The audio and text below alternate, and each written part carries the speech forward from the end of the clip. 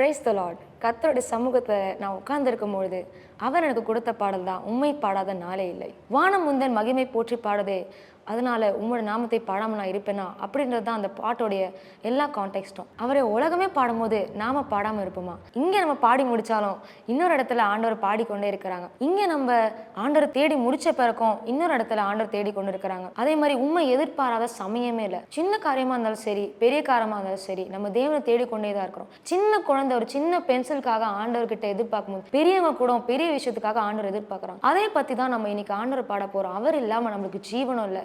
நம்ம ஆண்டவரை முழு இதயத்தோடு பாடுவோமா?